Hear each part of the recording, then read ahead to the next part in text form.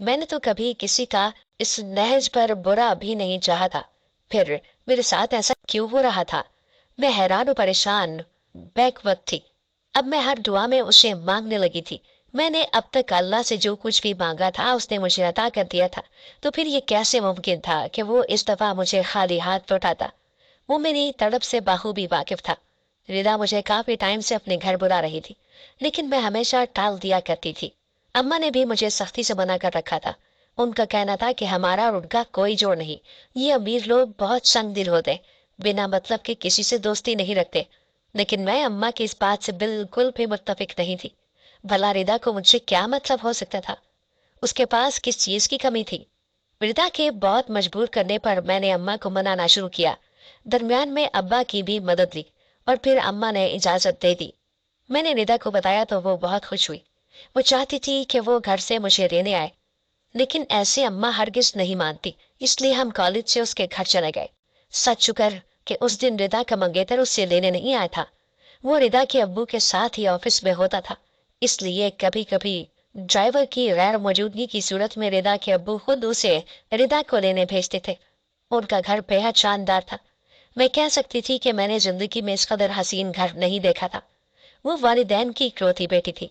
रिदा का एक भाई भी था। शायद वो मुझे बताती रहती थी, लेकिन मैंने कभी दिलचस्पी नहीं ली थी। वो मेरी सोच से भी ज्यादा दौलतमंद साबित हुई थी।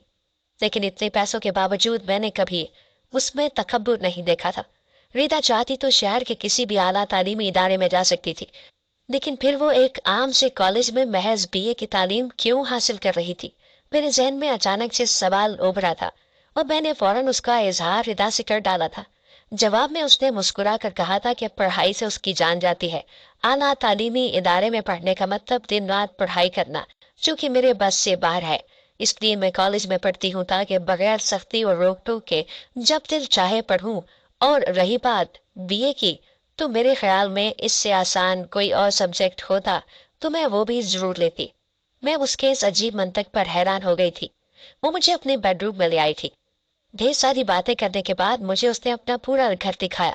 रिदा ने मुझे बताया कि इस वक्त इसके घर में कोई नहीं है, इसलिए मैं मुतमईन थी। घर देखने के बाद वो मुझे एक कमरे में ले आई। मुझे कमरे में बिठाकर जल्दी वापस आने का कह कर निकल गई।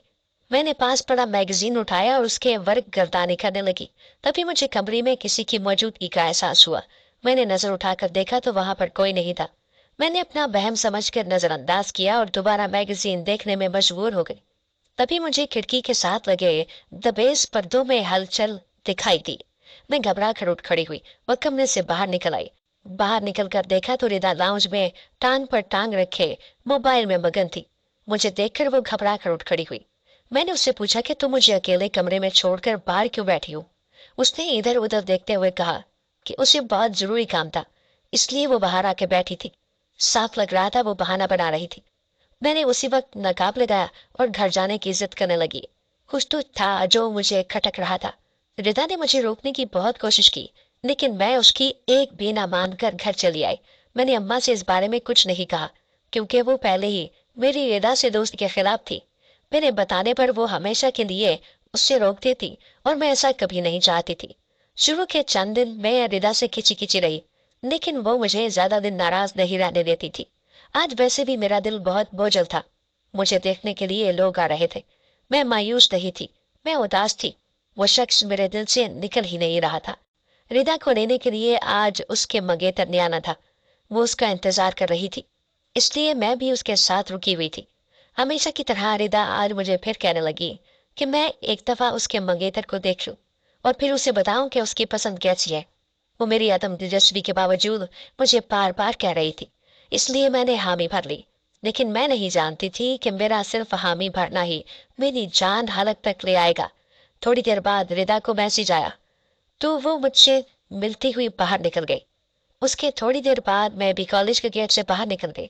लेकिन रिदा के मंगेतर के रूप में मैंने जिस शख्स को देखा, उसने मेरे कदमों तले से जमीन खींच ली।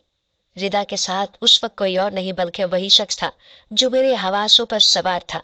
रिदा ने दूर से मुझे देखकर मुस्कुराते हुए हाथ हिलाया।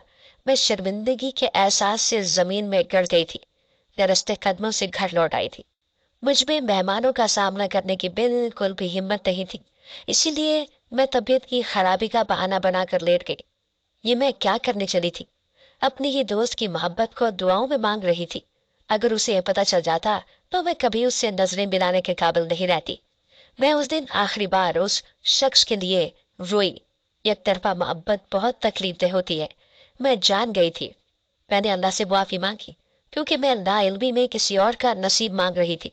जो भी था, मेरा अपनी सोचों पर कोई इख्तियार नहीं था। और फिर मैंने अपना मामला अल्लाह के सुपुर्द कर दिया। बेशक वो बेहतरीन कारसाज है। मेरी तबीयत की खराबी के बावजूद मैं उन लोगों के सामने गई क्योंकि मैं अम्मा को शर्मिंदा हरगिज नहीं करना चाहती थी। उन्हें मैं पसंद आ गई थी और यूं रिश्ता आनंद फानंद तय हो गया। मेरे इम्तहानात में सिर्फ एक हफ्ता था और इम्तहानात के अगले हफ्ते में शादी की तारीख रख दी गई। मैंने अम्मा से पहले ही कह दिया था कि उन लोगों को मेरे पर्दे के बारे में आगाह कर दे ताकि बाद में उन्हें कोई एतराज ना हो। लड़के ने मुझे देख लिया था। उसे इस बात पर कोई एतराज नहीं था। मैं अपनी परेशानी में रिदा को ये सब बता ही नहीं पाई। आखिरी इम्तहान के बाद मैंने उसे बताया तो वो मुझसे नाराज हुई।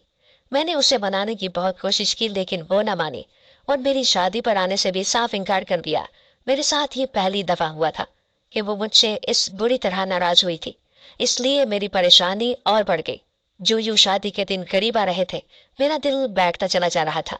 मैंने कभी नहीं सोचा था कि मुझे यूं समझौते वाली जिंदगी गुजारनी पड़ेगी। अम्मा अब्बा बहुत खुश थे, इसलिए मुझे भी उनकी खुशी में खुश होना पड़ा। यूं तो मैंने रिदा को शादी लाने के लिए सख्ती से ताकीद कर रखी थी, लेकिन उसके बावजूद भी मैं चाहती थी कि मैं एक दफा उसके घर जाकर उसे मना कर दोबारा दावत दूं। अगर वो उस वक्त मेरे साथ होती तो ये पहाड़ जैसे दिन गुजारना मेरे लिए आसान साबित होते। मेरे अंदर बहुत घुटन रहने लगी थी। मैं इस शादी से बहुत खौफजदा थी। एक नापसंद शख्स के साथ मैं कैसे पूरी जिंदगी गुजारूंगी, ये ख्याल ही मेरे लिए जानलेवा था। दिन उसी रफ्तार से पर लगाकर उड़ गए और बिलाखिर शादी का दिन आन पहुंचा। मुझे उम्मीद नहीं थी कि रिता आएगी, लेकिन वो हर फंक्शन में मेरे साथ थी। अम्मा ने अपनी तरफ से कोई कसर नहीं छोड़ी थी। मेरे ससुराल वाले भी मुझे सही लगे थे क्योंकि वो मुझे हर फंक्शन में भरपूर अहमियत दे रहे थे। मेरे ससुराल वाले बहुत मॉडर्न थे। मेरी बारात हाल में रुकी हुई थी। मेरे पति की वजह से मर्दों और औरतों का इंतजाम अलग रखा गया था, लेकिन बारात आने के बाद मेरे ससुराल की तरफ से सारे मर्द औरतों वाले हिस्से में आ गए। मैंने पहले ही नकाब लगा रखा था, इसलिए मैं मुतमईन थी। सब कुछ बहुत अच्छे से हो रहा था। रसूमात जारी थी। इतने मेरे शौहर के दोस्त स्टेज पर चढ़ आए और मुझे देखना चाहते थे। मेरी सास आगे बढ़कर जो ही मेरा नकाब उतारने लगी, मैंने मना कर दिया। मैंने उन्हें याद दिलाया कि मैं पर्दा करती हूँ, लेकिन जवाब में उन्होंने कहा कि ये हमारा रिवाज है कि शौहर के दोस्त उसकी बीवी को देखकर मुंह दिखाई देते हैं। अब अगर तुम मना करोगी तो सब बातें बनाएंगे। मैंने मना कर दिया कि मुझे ऐसी मुंह दिखाई नहीं चाहिए। उस पर वहां खड़े लोग हंसने लगे। मेरे शौहर के एक दोस्त ने दूसरे को कहा कि जरूर भाभी के चेहरे में कोई ऐब है जिसकी वजह से वो हमें चेहरा दिखाने के लायक नहीं है। अगर खूबसूरत होती तो कभी यो चेहरा ना छुपाती। उसकी ये बात सुनकर सब एक मर्तबा फिर हंस पड़े। वो सब मुझ पर मेरे उस पर्दा करने की वजह से हंस रहे थे जो मैंने अल्लाह की मोहब्बत में शुरू किया था। तो क्या अल्लाह मुझे उस टाइम अकेला छोड़ देगा? मैंने जख्मी दिल से सोचा। मेरे शौहर को ये सब देखकर बहुत होश आया और उसने मुझे नकाब उतारने को कहा ताकि वो मेरी खूबसूरती अपने दोस्तों को दिखाकर उनका मुंह बंद कर सके। लेकिन मैं कोई शो पीस तो नहीं थी जो यूं उनके सामने पेश की जाती। इसलिए मैंने अपने शौहर को भी मना कर दिया। उसने मुझे धमकी दी कि अगर मैंने उसकी बात नहीं मानी तो वो मुझे तलाक दे देगा। अम्मा ने मुझे बहुत समझाया कि एक दफा सबको अपना चेहरा दिखा दो, फिर बाद में भले पर्दा करती रहना, लेकिन मैं मान करना थी। जो भी इतनी छोटी सी बात पर इतना तमाशा बना सकते थे, वो बाद में भी मुझे कभी पर्दा नहीं करने देते। मेरे शौहर ने गुस्से में मुझे तलाक दे दी। मैं पत्थर बनी रह गई। कोई इतना कैसे गिर सकता है? सबको सांप सूंघ गया था। रिदा ने आगे बढ़कर मुझे सहारा दिया। बारात वापिस चली गई। रफ्ता रफ्ता हमारे रिश्तेदार भी अपने घरों को हो लिए। अम्मा ने मुझे खूब बुरा भला कहा। फिर वो बद्दुआओं पर उतर आई। उन्होंने कहा कि अगर मैं उनकी बात मान लेती तो यूं बदनामी ना होती। उस वक्त मुझे सहारे की बहुत जरूरत थी, लेकिन रिदा जरूरी काम का बहाना करके वहां से चली गई। मैं बिल्कुल अकेली रह गई। मैंने रोते हुए आसमान की तरफ नजर उठाई और ये आयत पढ़ी, हस्बी अल्लाहु ला इलाहा इल्लल्लाहु व इलैहि तवक्कलतु व हुवा रब्बिल अर्शिल अज़ीम।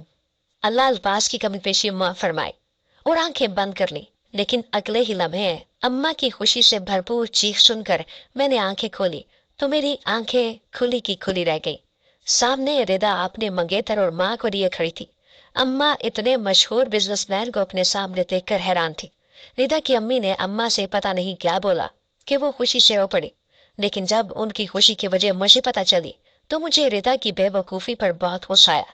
वो मेरी शादी अपने मंगेतर से करवाना चाहती थी, वो मंगेतर जिससे रिदा को बेइंतहा मोहब्बत थी। मैंने उसे दुआ में जरूर मांगा था, लेकिन तब तक जब तक मैं इस बात से बेखबर थी कि वो रिदा का मंगेतर है। लेकिन मैंने ये कभी नहीं चाहा था कि मेरी दुआ ऐसे कबूल हो। मैं कभी भी गासिबा नहीं बनना चाहती थी। मुझे तुम्हारी हमदर्दी नहीं चाहिए, मैंने गुस्से से उसे कहा था। जवाब में उसने हैरान होकर कहा कि वो मुझसे हमदर्दी हरगिज नहीं कर रही, ना ही वो इतनी अच्छी है कि अपने मंगेतर की शादी मुझसे करवा रही है। उसने कहा कि वो अपने भाई के लिए मेरा रिश्ता देने आई है और सामने खड़ा शख्स उसका भाई है, मंगेतर नहीं। मेरी आंखें हैरत के मारे फटी की फटी रह गई। लेकिन तुमने तो मुझे बताया था कि तुम्हारा मंगेतर तुम्हें लेने आएगा, लिहाजा मैं उसको देख लूं। और उस दिन तुम्हें यही लेने आया था। मेरी हैरत पर रिदा सर पकड़ कर बैठ गई। उसने कहा कि हाँ, उस दिन वाकई मेरे मंगेतर ने मुझे लेने आना था, लेकिन फिर किसी वजह से वो ना आ सका तो भाई ने मुझे पिक कर लिया था और तुमने खुद से ये अंदाजा लगा लिया कि भाई नहीं मेरा मंगेतर है। रिदा ने अफसोस से सर हिलाया। उसने मजीद बताया कि भाई को ऐसी ही लड़कियां पसंद थी जैसी तुम हो। तुम्हें ने उनके सामने तुम्हारी बात रखी। भाई तुम्हें एक मर्तबा देखना चाहते थे, मेरे पास कोई दूसरा ऑप्शन नहीं था, इसलिए मैंने तुम्हें अपने घर बुला लिया ताकि भाई तुम्हें देख सके। भाई ने तुम्हें देखा और तुम उन्हें बहुत पसंद आई। लेकिन इससे पहले कि हम बात आगे बढ़ाते तुम्हारी शादी तय हो गई थी। लेकिन अल्लाह ने तुम्हारा नसीब भाई के साथ लिखा था, तो तुम्हारी शादी किसी और से कैसे हो सकती थी। रिदा ने मुझे तफसील से हर बात बताई और मुझे बिना बताए ही अपने घर बुलाने के लिए सौदी भी किया। यूं मेरा निकाह मेरी मोहब्बत से हो गया। मैं अपने नसीब पर हैरान थी। क्या मैं इतनी खास थी कि मेरे लिए मौजज़ा हो। मौजज़े अब भी होते हैं, बशर्ते कि इंसान आंखें बंद करके अपने रब पर भरोसा रखे, क्योंकि वो रब लम्हे में किसी की दुनिया बदलने पर कादिर है। मेरा यकीन उसकी ज़ात पर और पुख्ता हो गया था।